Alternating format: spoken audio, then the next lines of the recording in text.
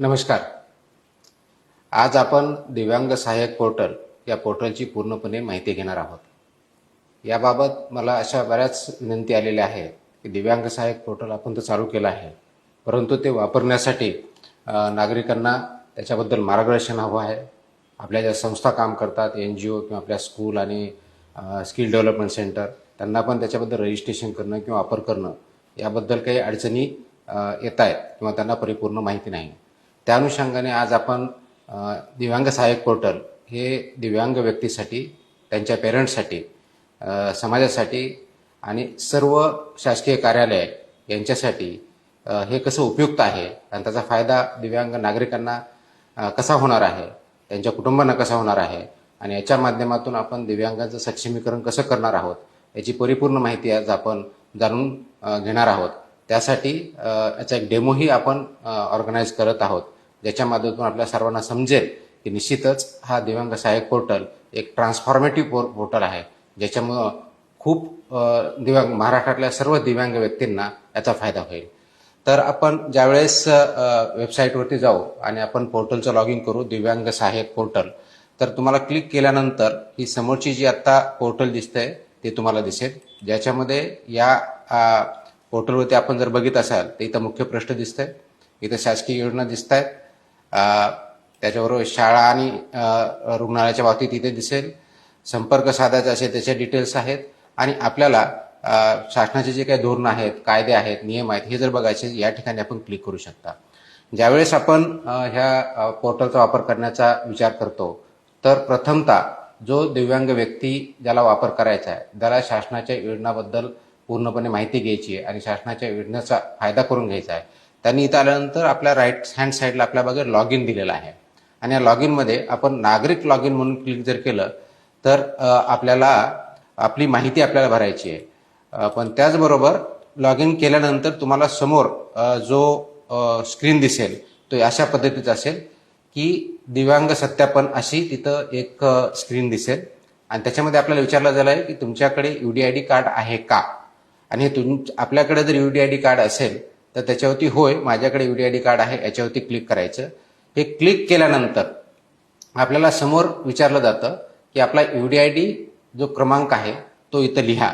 तो जर आपण लिहिला त्याच्याखाली आपली जन्मतारीख विचारली जाते, जी की UDID वरती दिलेली आहे किंवा तुमची जन्मतारीख आहे ती इथं पूर्ण डेट, मंथ आणि इयर ह्या फॉर्मॅट लिहायची. हे दोन गोष्टी भरल्यानंतर OTP पाठवा याच्यावरती क्लिक करायचं आणि OTP पाठवा असं क्लिक केलं की आपल्या मोबाईलवर तो OTP येईल. हा OTP आला म्हणजेच आपलं इथं रजिस्ट्रेशन झालं हे अपेक्षित आहे. कारण आपण ज्यावेळेस या दिव्यांग पोर्टलचा वापर करायचा आहे आणि याच्यामधून वेगवेगळ्या सेवा किंवा वेगवेगळ्या योजनासाठी आपल्याला अप्लाय करायचं आहे त्यावेळेस या पोर्टलवरती आपलं रजिस्ट्रेशन बंधनकारक आहे. त्यासाठी आवश्यक गोष्ट जी आहे तो आपला UDID क्रमांक हा आहे, UDID कार्ड हे आहे. आणि म्हणून तो UDID कार्ड जोपर्यंत आपण त्याचा नंबर याच्यामध्ये फीड करणार नाही आणि आपले डेट ऑफ बर्थ ही करणार नाही आणि त्याच्या माध्यमातून एक वेळेस रजिस्ट्रेशन करणार नाही तोपर्यंत आपल्याला याच्यावरती रजिस्टर होता येणार नाही. आणि आपण या पोर्टलवरती जर रजिस्टर झाला नाहीत तर आपल्याला या योजनासाठी जे अप्लाय करायचं आहे, अर्ज जो करायचा आहे त्याची अर्ज करण्याची प्रक्रिया फक्त इथूनच सुरू होत असल्यामुळे रजिस्ट्रेशन शिवाय आपल्याला करता येणार नाही. आता याच्यामध्ये दोन गोष्टी महत्त्वाच्या आहेत ज्या दिव्यांग व्यक्तींनी, त्यांच्या पेरेंट्सनी, केअर गिव्हर्सनी किंवा आपल्या संस्थांनी सुद्धा काळजी घ्यायची आहे. प्रथम म्हणजे आपल्याकडे UDID कार्ड हे व्हॅलिड असलं पाहिजे, योग्य असलं पाहिजे, ते एक्सपायर झालेलं किंवा चुकीचं असता कामा नये. त्याचबरोबर टेम्पररी UDID कार्ड आहेत त्यांना ते अलाउड नाही आहे, कारण टेम्पररी UDID कार्डवाल्यांना, दिव्यांग व्यक्तींना शासकीय योजनेचे दिव्यांगत्वाचे बेनिफिट भेटत नाहीत. कारण आपला नियम असा आहे की ज्यांच्याकडे परमनंट दिव्यांग कार्ड आहे आणि ज्यांची डिसेबिलिटी ही 40% वरती आहे, म्हणजे पर्सन्स विथ बेंचमार्क डिसेबिलिटी आहे, त्यांच्यासाठीच ह्या योजना लागू आहेत, दिव्यांगाचे लाभ त्यांना भेटतात. म्हणून अशाच व्यक्तींनी याच्यावरती जे परमनंट आहेत आणि ज्यांचं दिव्यांगत्वाचं प्रमाण 40% जास्त आहे अशाने इथं रजिस्टर करायचं. हे रजिस्टर केल्यानंतर आपल्यासमोर ही माहिती येईल की ज्या पद्धतीने इथं विचारलं जाईल की आपल्याला पूर्ण माहिती एक वेळेस फीड करायची की वैयक्तिक माहिती, आपलं नाव काय आहे, आधार क्रमांक काय आहे, डेट ऑफ बर्थ वगैरे काय आहे.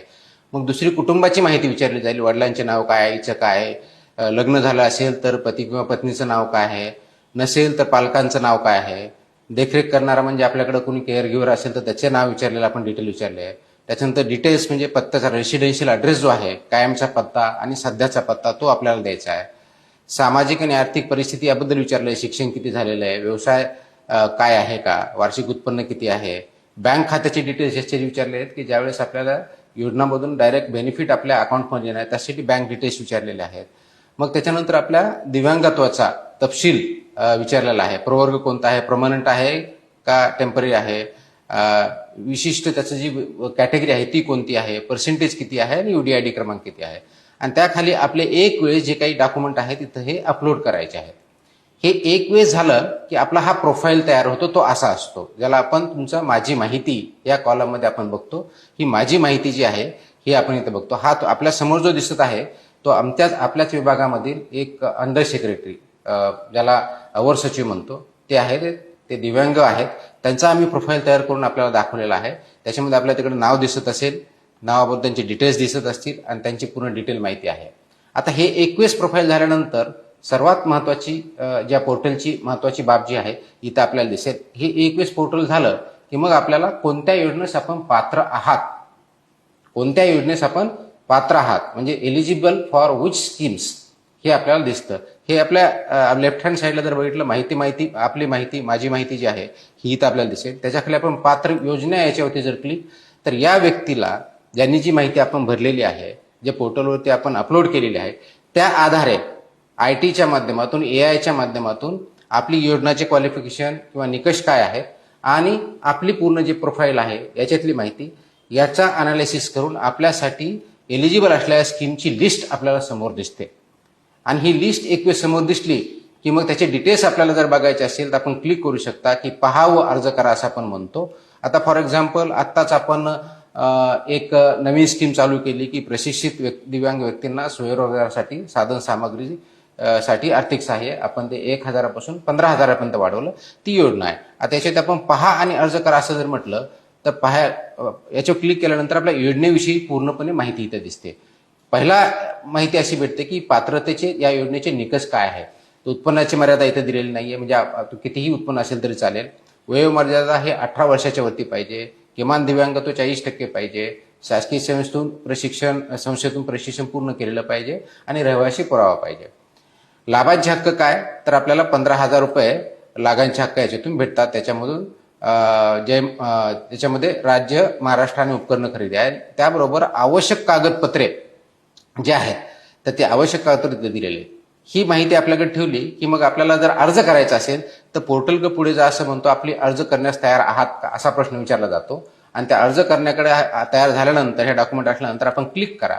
क्लिक केल्यानंतर आपल्याला जी माहिती आपण प्रोफाईलमध्ये भरलेली होती ती परिपूर्ण माहिती परत भरण्याची गरज येत नाही, कारण ही पूर्ण ती IT च्या AIच्या माध्यमातून फेच केली जाते बॅकएंडला आणि ती फेच केल्यानंतर हा पूर्ण माहिती आपल्याकडे दिसते. अर्जामधली जी माहिती ते पूर्ण इथं आपल्याला आलेली दिसेल. आणि मग याच्यामध्ये आपल्याला जी फक्त अडिशनल काही माहिती मागितली असेल त्या योजनेच्या अनुषंगाने तेवढीच भरायची असते.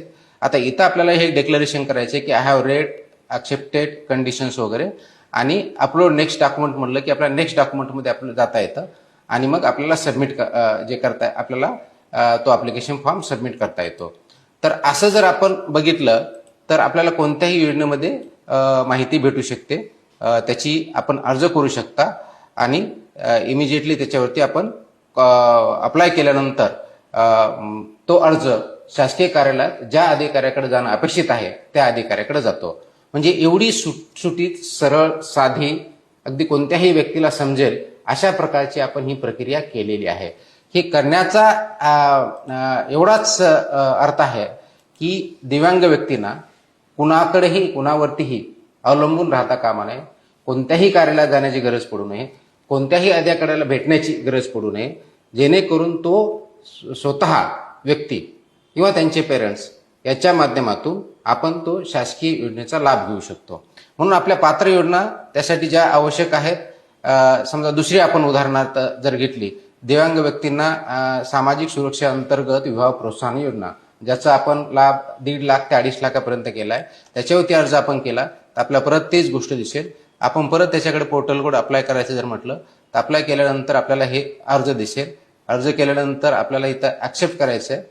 कंटिन्यू फॉर ॲप्लिकेशन म्हटलं की आपल्याला पूर्ण पुढची माहिती दिसेल आणि सबमिट ॲप्लिकेशन इथं दिसतं. सबमिट क्लिक केलं की तो अर्ज सबमिट होतो आणि सबमिट झाल्यानंतर तो अर्ज जिल्हा कार्यालयाला किंवा कमिशनरकडे जे आम्ही सिस्टम ठरवलेले आहे त्याप्रमाणे तिथं अर्ज जातो. आणि पर्याय तिथं अर्ज केल्यानंतर मग आपल्याला हे कळेल की आपला अर्ज कुठं आहे. तर आपल्याला त्याच्या खाली जो कॉलम दिसतो लेफ्ट हँड साईडला तिथं अर्ज केलेल्या योजना. तर आपण जर 2 योजनाला अर्ज केलेला असेल तर ते आपल्याला इथं दिसेल की आपला अर्ज कधी दिलेला आहे, त्याचा तपशील पाहायला भेटतो. जो कोणत्या आता याच्यामध्ये आम्ही फॉर्म भरून ठेवला होता की ज्याच्यामध्ये 4 मार्चला अर्ज केलेला आहे आणि मग त्याची सद्यस्थिती काय आहे, किंवा सामाजिक सुरक्षा दुसऱ्या योजनेमध्ये 26 फेब्रुवारीला अर्ज केलेला आहे. तर ही सध्या त्या अर्जाची स्थिती काय आहे, कोणत्या कार्यालयात आहे, जसे ज्या ठिकाणी दिसेल ती माहिती आपल्याला भेटेल. आणि कार्यालय प्रमुखांनी किंवा जे कार्यालय आहे त्यांना ते वेळेचं आम्ही बंधन घातलेलं आहे. त्या वेळेमध्येच त्या अर्जावरती निर्णय घ्यायचा आहे, जेणेकरून आपल्याला वेळेत सुविधा भेटतील आणि शासकीय सेवेचा लाभ आपल्याला घेता येईल. त्याच्यामुळे आपल्याला अर्ज केलेल्या योजना सुद्धा इथं माहिती भेटेल. आता आपल्याला असं लक्षात आलं की नाही आपल्याला काही कंप्लेंट करायची किंवा तक्रार करायची, तर त्याच्या खाली कॉलम बघितला तक्रार निवारण पद्धती आहे. आणि मग तक्रार निवारण जर आपण करायचं असेल तर आपला एक वेळेस मोबाईल हे केल्यानंतर तक्रार करू शकता. तक्रार केल्यानंतर त्याचं स्टेटस काय आहे हे कळतं. तर ही प्रणाली आपण यासाठी विकसित केलेली आहे की दिव्यांग व्यक्तींना आपल्या घरी राहून आपल्या एका मोबाईलच्या क्लिकवरती किंवा आपल्या लॅपटॉपवरती किंवा कम्प्युटरवरती ही सर्व माहिती तर भेटेलच, परंतु कोणत्याही शासकीय योजनेचा दिव्यांगासाठी असलेल्या त्या योजनेचा पूर्ण लाभ त्यांना घर बसल्या भेटू शकतो. त्यासाठी ही प्रणाली आपण डेव्हलप केलेली आहे. ही युनिक आहे. परत परत माहिती मागितली सुद्धा जात नाही. एक वेळेस आपल्याला माहिती भरली की तीच माहिती आम्ही सिस्टमच्या द्वारे प्रत्येक अर्जासाठी वापरतो. परंतु ही माहिती भरताना आपण अचूक माहिती भरली पाहिजे. कोणतीही चुकीची माहिती भरता कामा नये, कारण चुकीची माहिती जर भरली तर आपल्याला एलिजिबल असलेल्या स्कीम चुकीच्या निवडल्या जाऊ शकतात आणि पर्यायानं आपला अर्ज रिजेक्ट होऊ शकतो. त्याच्यामुळे आपलं दिव्यांगत्वाचे प्रकार असतील, दिव्यांग असेल, पर्सेंटेज ऑफ दिव्यांग असेल, किंवा आपलं इन्कम असेल, किंवा आपलं बँक अकाउंट असेल, कोणतीही माहिती चुकीची देता कामा नये, जेणेकरून आपल्याला त्या लाभापासून वंचित राहता येणार नाही, आपण वंचित राहू शकणार नाही. योग्य माहिती दिली तर आपल्याला निश्चितच त्याचा लाभ भेटेल. आता हे आपण जर बघितलं तर हे लक्षात येतंय की हे किती युजफुल आहे, इझी आहे आणि हे मराठी आणि इंग्लिश दोन्ही भाषामध्ये आहे. त्याच्यामुळे आपण कोणतीही भाषा त्याच्यामध्ये यूज करू शकता. आता हेच करत असताना आणखी आपण जर बघितलं तर दिव्यांग सहाय्यक पोर्टल ज्यावेळेस आपण जसं सांगितलं मी की याच्यावरती आपण लॉग इन केल्यानंतर आपल्याला ही स्क्रीन दिसेल. तर स्टार्टिंगला आपण हेही बघा की याच्यामध्ये शासकीय योजना कोणत्या आहेत. आपण अर्ज करायच्या अगोदर आपलं प्रोफाईल नाही आहे, पण कोणत्या योजना आहेत हे जर आपण क्लिक केलं तर आपल्याला विभागनिहाय योजना देऊ शकतील. म्हणजे दिव्यांग व्यक्तीसाठी कोणत्या विभागाच्या कोणत्या योजना आहेत. त्याच्यात सर म्हटलं की आता आदिवासी विकास विभागाची तुम्हाला योजना बघायची आहे, याच्यावरती जर क्लिक केलं तर ही योजना आपल्यासाठी लागू आहे याच्यातून दिसतं. ही माहिती आम्ही दिलेली आहे. गृहनिर्माण विभागाची बघायची तर गृहनिर्माण विभागाच्या आपल्यासाठी दिव्यांग व्यक्तीसाठी कोणत्या योजना आहेत ही आपल्याला दिसेल. किंवा आपण सामाजिक न्याय विभागाची बघायचं म्हटलं तर ह्या योजना आपल्याला समोर दिसतील. ही माहिती आम्ही व्यवस्थितपणे यासाठी केलेली आहे की दिव्यांग व्यक्तींना शासकीय विभागाच्या वेगवेगळ्या ठिकाणी कार्यालयात जाण्याची गरज पडू नये. फक्त दिव्यांग विभागाच्याच योजना इथं माहिती आहे असं नाही, तर शासनाच्या सर्व विभागाच्या योजना ज्या दिव्यांगासाठी आहेत त्याची माहिती सुद्धा आपण इथं पूर्णपणे दिलेली आहे. त्याच्यामुळे आपण ते जर बघितलं तर ती माहिती आपल्याला भेटेल. आपल्याला असं करायचं आहे की स्त्री किंवा पुरुष यांच्यापैकी कोणते एलिजिबल आहेत, तर आपण फक्त त्याच्यामध्ये चूज करायचं. स्त्री आहे त्यांच्यासाठी स्कीमची योजना इथं आपल्याला दिसेल. किंवा आपल्याला फक्त राज्य शासनाचे करायचे तर फक्त राज्य शासनाची योजना आपल्याला माहिती इथं भेटेल. किंवा फक्त केंद्र शासनाकडे जायचं तर केंद्र शासनाची योजना आपल्याला इथं माहिती भेटेल.